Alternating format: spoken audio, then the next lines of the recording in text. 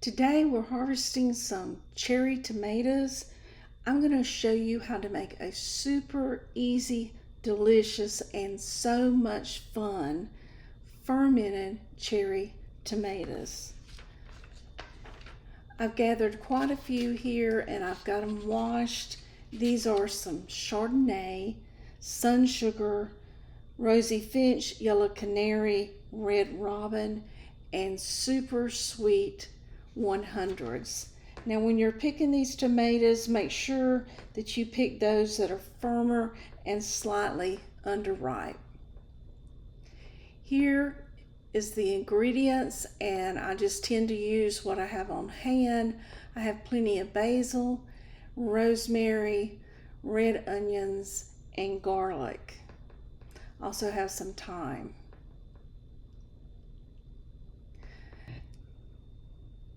Here's my brine solution. It is 2 tablespoons of salt in a quart of water.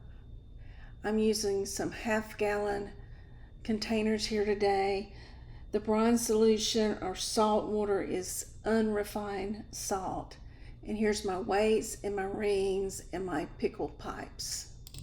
If you do not have this equipment, you could use a Ziploc bag with water in it, your regular rings, or you could put the lid on it and just remember to burp it. Here are some red onions I got from the garden.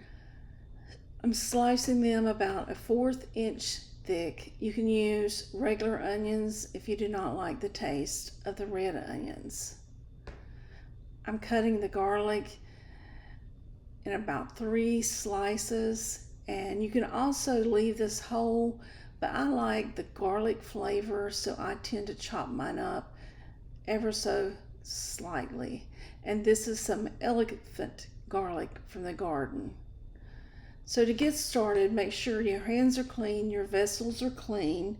You don't want to introduce any unwanted bacteria into the ferment.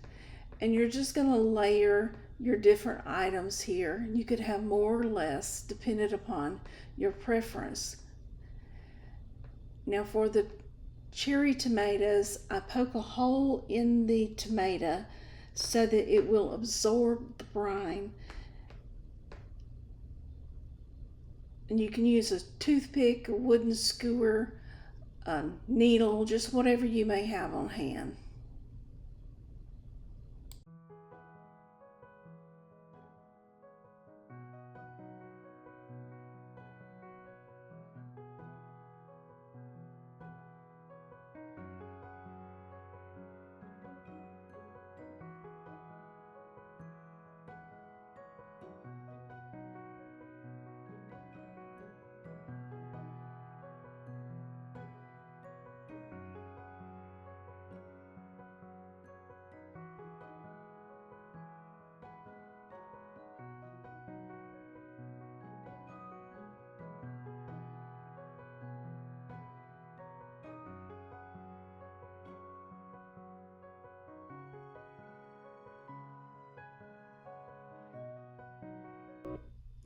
Once you get to this point, then start layering your different ingredients again till you get to the top of the jar.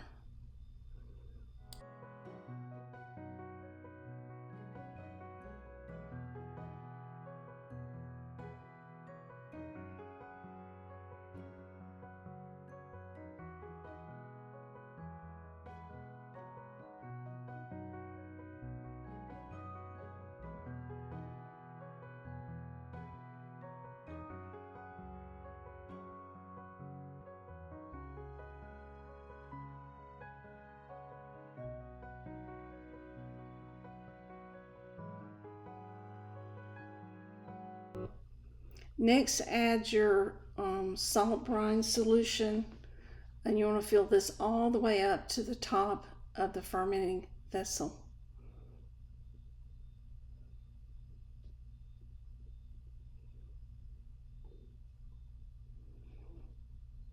And again, make sure when you're mixing this up, you want to use unrefined salt.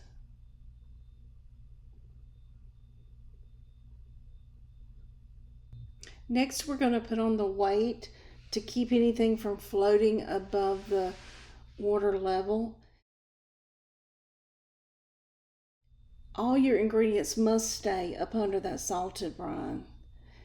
And then we're going to put the pickle pipe and the ring on top. And you can use a regular canning jar lid, not tighten it on there very well, and burp it every day. Now here I'm doing the same thing to my second jar. But keeping all those ingredients under that salted brine helps prevent mold and any bad bacteria. Now you're going to start to see this bubbling up in 1 to 2 days, and you're going to want to put a plate up under it because it will run over. But you just sit it somewhere out of direct sunlight in your kitchen for 7 to 14 days.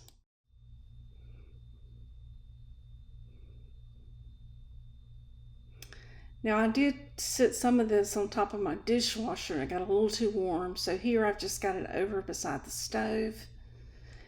After about 3 or 4 days, it did start bubbling over and I had to put a plate underneath it.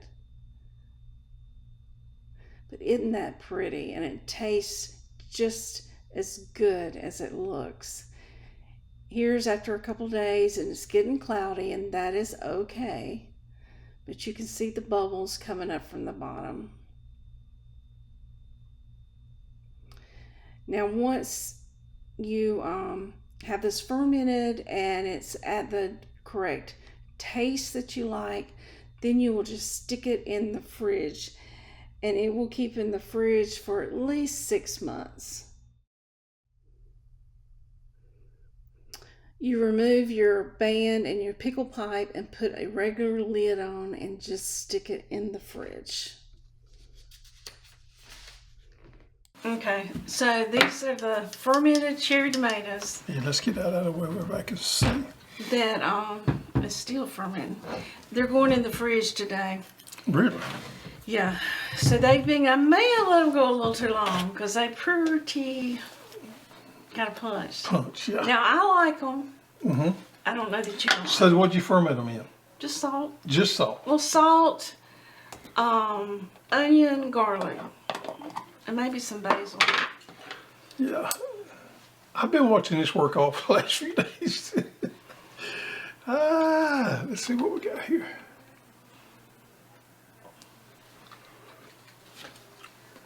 Wow.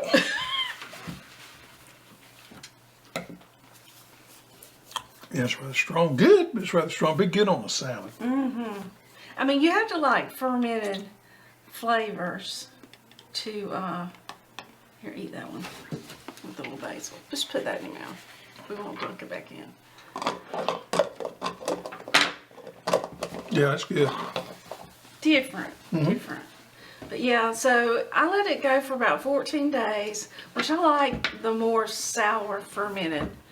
So now it'll just go in the refrigerator and we'll eat on it for about 6 months. Yeah, that would, to me, that would be perfect for a salad. Kind of zest up those greens a little bit. Good stuff there.